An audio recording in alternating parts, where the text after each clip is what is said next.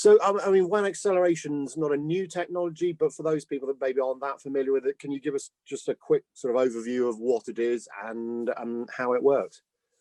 Okay, so WAN acceleration is a different approach to actually moving data over wide area networks. If I can just go back and talk a little bit about what existing technology, so you can see the difference as we move forward.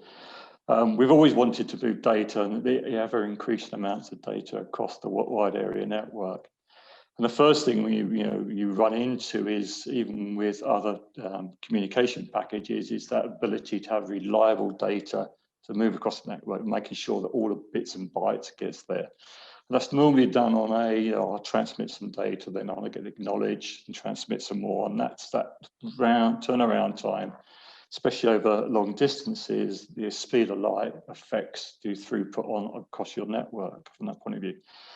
One of the earliest ways of trying to improve that was just to compress the data down to get less data over the distance, and that improved the performance by compression ratio, which is it's a good idea.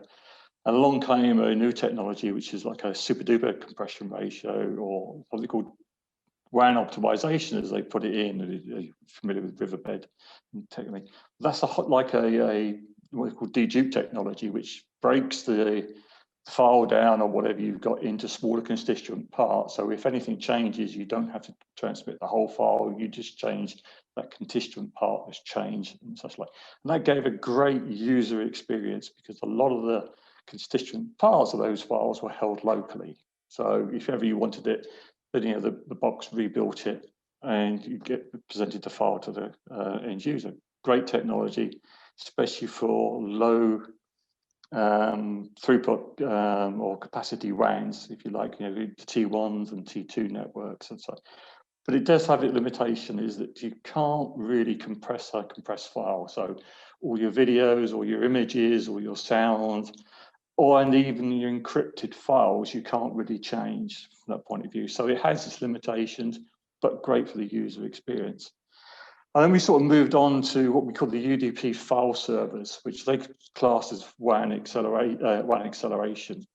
And yes, they did, but they were trying to get over the TCP/IP latency issue that everyone talks about. And the way they did it was, rather bring the file in, because they were sitting on the server on a client, break it down and send it across multiple UDP ports, and on the other end, put it back together, and all those packets that they've lost, they used to renegotiate and resend them and such like, which is a bit like reinventing your own TCP/IP again. A bit different, a bit more efficient, but you're still doing the TCP/IP. Our approach to WAN acceleration is to work in harmony with TCP/IP and exploit some of the lovely parts of TCP/IP you can use. And that allows us to make use of the TCP/IP offload engines in a lot of the NIC cards. So we can actually cut down on the amount of CPU and memory usage we have. And the other thing we try to do is we treat the data as ones and zeros. We don't care whether it's a file. We don't know whether it's a file. We don't know what the protocol is. We just take that bunch of ones and zeros and move it from one end, from point A to point B, as fast as we can, maximizing your throughput on your WAN.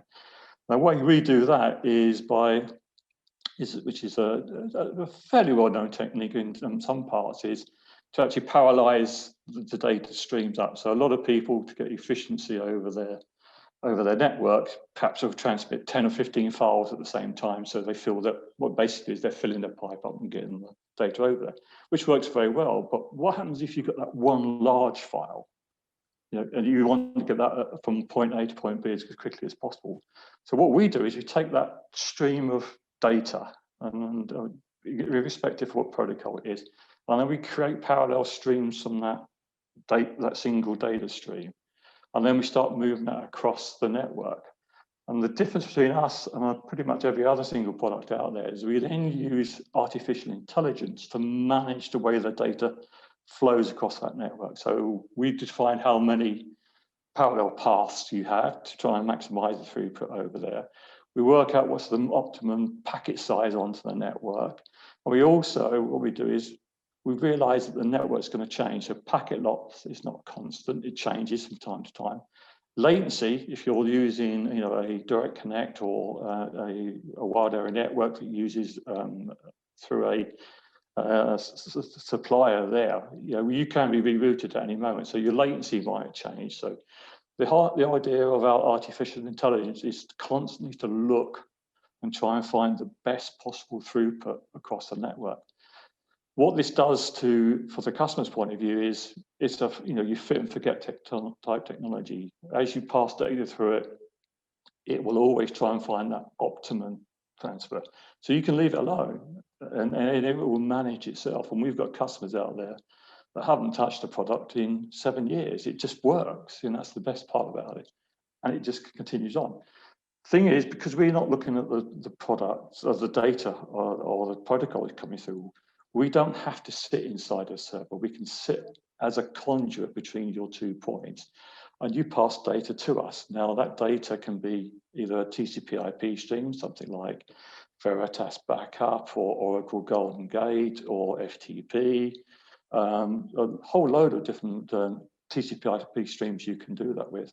And also we can actually do that with storage area network type streams as well, because that core is protocol and data agnostic, and that's how we can move that across that quickly. So that's our view of data acceleration.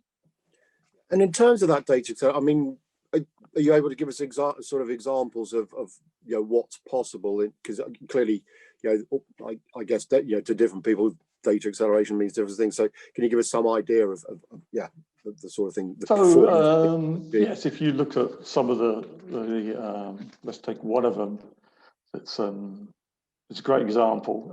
It's a mature installation we have, and that was CVS, which is on our website, and that was moving data between Phoenix, Arizona, and Rhode Island. That's about 2,900 miles. The crow flies. They were trying to do a backup between the 2 sites. They had a 600 megabit link. They were hoping to do 4.5 gigabytes, no, 4.10 terabytes per day, something like that. And the best they could do is 50 gigs in 12 hours. So they weren't getting anywhere close to what they were trying to achieve. Yeah. So we were pulled in by them and asked, can we improve that? We put our boxes in. We connected them up. There's about 15 to 20 minutes to get the whole thing connected up between the 2 sites. We ran what we call a learn, so it teaches the AI about the network. And their backup of 450 gigabytes went down from 7 days down to 4 hours. So because we are transparent to the data back and forwards, it didn't matter what data they transmitted, that 450 gig was identical every day. So you can plan on that 450 gigs 4 hours. So that gave them an extra 8 hours to do other things. So then they started using that extra time they had to actually do other things with the product. And for them, it was actually, they reckon they got a return on investment within 3 months. So, and they continued to be our customer, and they bought extra products as well. So yeah, that's the difference. There are some other ones which we can talk about. One was a NetApp SnapMirror, again, a completely different type of thing, different protocol, different data. The customers having trouble going across 2 10 gig links between North Virginia and Campbell in Montana, somewhere up there in the Rockies, and they would never achieve a proper backup between the 2 NetApp boxes. It wasn't necessarily an NetApp issue, it was a latency and network issue. From their point of view, they just couldn't make best use of them. To prove the point, we actually back-to-back 2 machines in the data center, and they ran a test, and they got a figure, and it was on the 10 gig network internally, excuse me. And then they moved the boxes apart, one to Montana, one in North Virginia. And when they ran the test again, they only saw 7 megabytes per second difference going across the network, the WAN area network, wide area network, going back to back. They wouldn't tell us what the over throughput was. They would never tell us that, but they said you only saw megawatts. So that again is about 1,000 odd miles or whatever it is again, and they've been very happy. So yeah, again, we hope to expand inside that company. And I mean, I met you quite a number of years ago, and storage, I think I'm right in saying, is where you know, this had its most obvious and immediate impact. But Yes. clearly the world has moved on. You know, storage is still important, and those examples you've given are great. But well, I'm thinking of things like cloud acceleration.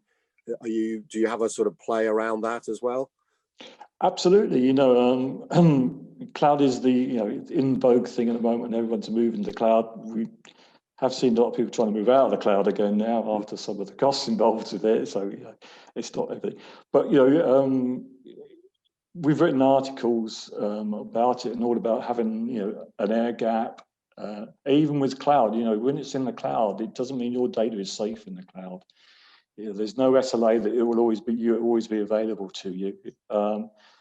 And whether that whole instance is there. So, our view is always have data in 3 places if you want to make it secure, on-premise, in the cloud, but perhaps a different cloud provider in a different area, you can do that. But again, that gives you the problem of how do you move that data around over distance. And we can stand up instances inside the cloud for you to do cloud-to-cloud replication or cloud to your premise replication, back and forward. So it's ideal for that because, again, we just don't care about the data. We're just pulling back. Your applications don't change. You don't see us in the network as something on the network. We're transparent to it.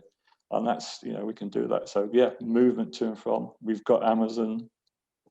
We have Azure up there if you want to do it. So you can do Azure to Amazon replication if you wish. And we're looking at doing Google in a near-term future for G-Cloud stuff. And also, I mean, around the also a lot more focus. I mean, clearly applications have always been important, but we're more, dare I say, in a sort of application centric. Everyone's worked out finally that the application's the important thing and everything else underneath it is the plumbing to a certain extent. So in terms of application acceleration, do you sort of promote that, or do you have a sort of story around how you can assist with that sort of There's aspect? lots of things, lots of applications we've talked to, even with other FTP programs like Grid FTP for the academic world. We can accelerate that. We was asked to look at that. As for individual applications, it depends on the data flow. We're all about moving lots of data from one side to another. We typically start around the 100 megabits per second, right up to 40 gigabits per second throughput capability. So it's a wide-ranging product range we have. But on individual applications, I think Investec is an interesting one. Excuse me. From the point of view that they wanted to try an application which is somewhat of a transactional application, which if you think about it, the AI has got to get its hands on the data and manage that, and it's got to have enough data to do that. But they were quite insistent on wanting to try it with this securities product, although we gave them a license to do that. And they found it's cut down the latency from 800 milliseconds to 350, which means it worked rather than didn't work. So it's very easy for us to open up port numbers on our product, on what we call the Port Rocket product, and let the customer try it and see what happens. So it doesn't, from that point of view, if they're willing to work with us, we're willing to work with them to see if we can improve it. But we haven't found the limitations of this product. We're finding more and more applications for this Port Rocket product. Okay, and in terms of just broadening out a little bit, I mean, everyone's talking about digital transformation, and the pandemic, which I guess we had to mention at some stage, has maybe accelerated that whole process. Do you think it's fair to say that if folks don't have WAN acceleration technology, whether it's yours or they are limited to what they can achieve? Put it the other way, I suppose, is WAN acceleration an important building block for somebody who's trying to build a digital transformation sort of project or journey?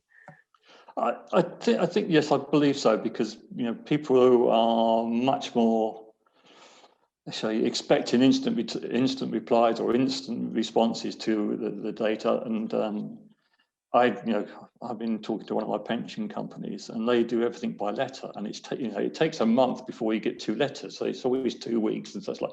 And I want to try and do something different and change my portfolio, and it's taken me forever. It's been 3 months to actually try and do something. So I can feel the frustration that a lot of people face, and one of the part of their feedback is, why aren't you doing this everything electronically? Why can't we do emails or things like that? So. I also have a friend who's a business psychologist, and they're looking at the way that we're going to work in the future, whether it's going to be the big headquarters or it's going to be the headquarters which is slimmed down, more have what they call edge offices based around, so people have a hybrid, some work from home, sometimes working in the office. Moving that data and securing that data is important, and that would be part of the data transformation. But data transformation covers a huge real estate for what you want to do. But yeah, I think it's about time that a lot of the companies, especially some more established financial companies, got on the digital transformation process. A lot of it is happening, and some of it's quite nice. Yeah, and you alluded there to obviously this distributed workforce, which is, I guess the jury's slightly out as to whether we're all going to rush back to the office when we're finally allowed to, or if, as you say, more likely maybe the hybrid model, a couple of days in the office, a couple of days at home, or a more local basis. And allied to that, we've got the whole sort of on-prem cloud managed services colo. So for both of those, I guess distributed IT infrastructure is a major play for you, because as you say, if data's got to move about, the quicker it can do that, for a lot of people, is vital in terms of money or just helping people do their jobs better. Yeah, absolutely. And the thing is, now that everyone wants it encrypted before they move it, and that from that point of view, the dedupe and compression does create a little bit of an issue of a poor performance across that. So that's where we're being pulled in to some industries we can't talk about. And the idea that because we don't touch the data, we just bring it in, we marshal it up. We don't keep any data on our product. There's no storage on our product. We don't change the data in any way. They're feeling very happy from that point of view. Now they can accelerate their encrypted data across vast area networks, and where we're talking about a global network, it's quite important for them to have their own encryption. We don't want to do the encryption. We don't want to be responsible for the keys at the edge. They can do their own encryption way back out inside their data center with their own special encryption tools or keys or whatever, and then just present the data to us. We're just accelerate it the same way as any other tool of data. Okay. And in terms, we've talked about WAN, WAN acceleration. These days we ought to, I suppose, add the 2 letters SD, software defined WAN is becoming. So, if it's a stupid question, apologies, but does that in any way, shape or form change your technology or people's approach to it, this software defined piece, or is it because you're the, if you like, the actual physical infrastructure, it makes no difference to you whether what virtualization software defined stuff's going on within an overall IT infrastructure? You've answered my question. Oh, right. I love SD-WAN. I think it's a great technology, and the ability to manage it. And now they're beginning to see some intelligence come into it in the way it routes the data through. I think it's a great idea. Some companies put a bit of WAN optimization on there. Now, let's be honest about it. It's not really WAN optimization. It's data optimization when you compress it. You should change the data, which is great, but has the same thing if you're trying to transmit secure data or the media and entertainment file systems or whatever. So we can sit back behind the SD-WAN between your source and your SD-WAN, and we can accelerate that data. I see that a lot of the SD-WAN manufacturers, people like Dell, such, are now pushing up to 10 gigabit connectivity. So we can make use of their high-speed SD-WANs along with a lot of 10 gigabit network connections and with our product. So we should be able to get a nice sort of infrastructure put together with us with SD-WAN. And you mentioned the edge a while ago, because obviously that's going, and in parallel with that 5G, and again, apologies, Richard, but do you see that having a role? Well, clearly it is going to have a role in playing the enterprise, but do you have a role to play within the sort of 5G, IoT, edge infrastructure that people are talking about being rolled out? Absolutely. I think one of the most interesting thing is probably the connected car or the autonomous vehicles. And they create a huge amount of data each day. And how do you get that data back out of that car, through into the edge, and from the edge back through down to the cloud or to the data center where you want to move it? So, where you've got short and low speed latencies, we're not there from the point of view. We're in high speed, so use the edge to collect it from the vehicle or from other things, whether it be 5G or whatever. Mass it at the edge, or do the instant data work you need to do, perhaps send it back to the car, and the rest can come back to us, back to your data center or back to your cloud, and we can move that more efficiently. It's like anything. It's like in the army or in the military. The more information you got, the better your decision-making process. And if you can move all that data quicker, or more data quicker to your decision-making process, then it gives you better decisions. And in terms of, I mean, we covered quite a lot of ground, but looking ahead maybe a bit, are there any sort of other, whether it's technologies or trends you see as where you have a role to play, or are you able to share? I mean, I'm familiar with your portfolio, but is it going to be, dare I say, more of the same with tweaks, or do you have any other sort of plans to launch any other products? Anything you can share with us? We're typically a customer-driven company, so a lot of the products come out of where we've been talking to people and they're having this issue, and then we come back and have a think about it and actually develop a product and take it back forward to them. And that's how the original WAN rocket, which is the storage area network, came out of it. Is how do I move my tape library thousands of miles away, without spending fiber optic or everything. So that's the other point about our products, is you don't need that dedicated low latency link. We can use you get the same performance if you've got a 10 millisecond latency on your WAN to if you've got 100 millisecond latency on your LAN. So you don't have to buy that low latency direct route. You can take diverse route. You won't see the performance drop off from our point of view. And again, it does a lot of the packet loss. We typically put about 45% back into our R&D each year to develop the product, develop more ideas. Some of the things, you talk about IoT, are we gathering more and more data through the IoT? We're certainly gathering data through our vehicles. So we might be exploring a lightweight engine for our acceleration engine. So again, we can probably get that embedded, because I think everyone knows, but it's common knowledge that IBM embed our core acceleration technology inside their storage arrays, and have done for the last 7 years. So again, that gives them an edge when they're trying to do replication, because they get accelerated IP replication over that one. So there's other bits and pieces we can do, and perhaps we can actually start working with some of the SDWAN guys to actually give their product an extra boost, and we can embed in there, because we are very lightweight in terms of CPU requirements and memory requirements. So we can actually, we're not a big overhead, because we don't do a lot of computation. We're just picking this stuff up and moving it as fast as we can. But there'll be some other bits and pieces we'll look at as they come up, especially in the security world. Sure. Yeah.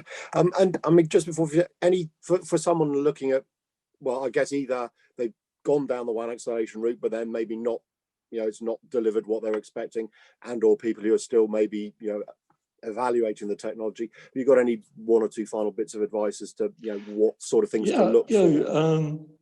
Really happy if you want, we have a policy, or I have a policy in the company, is that if our product is a good fit for you, we will, we'll take it. If we do an initial assessment, say, okay, there's a better product for you, we will suggest that better product for you. We've done that before, and in past, customers gone that way and then come back to us to say, I've got a different requirement now. does this, you gave us good advice last time. What's the situation here? So that's our policy, is we never force a product onto a customer side. It will do. We always make sure that we add value. And to that point, we are very, very happy to do no cost POC. So this can sit as a physical appliance, or it can sit as a virtual appliance. So we can run up to virtual appliances. You can test it. We can help you tune it, or suggest on installations. And if it doesn't work, doesn't give you the benefit that we think, well, then we're quite happily thank you and retire. But if it does, then we'll just see what we can do for you. Brilliant. Well, we covered a lot of ground, and enjoyed chatting to you. So David, thanks very much indeed for your time. Thanks very much. Stay safe. Bye-bye.